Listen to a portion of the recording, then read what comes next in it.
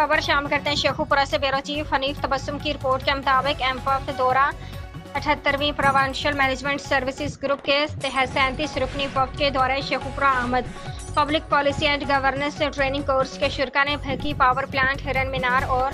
दूध बनाने वाली निजी फैक्ट्री का दौरा किया। वफ्द ने भकी पावर प्लांट पर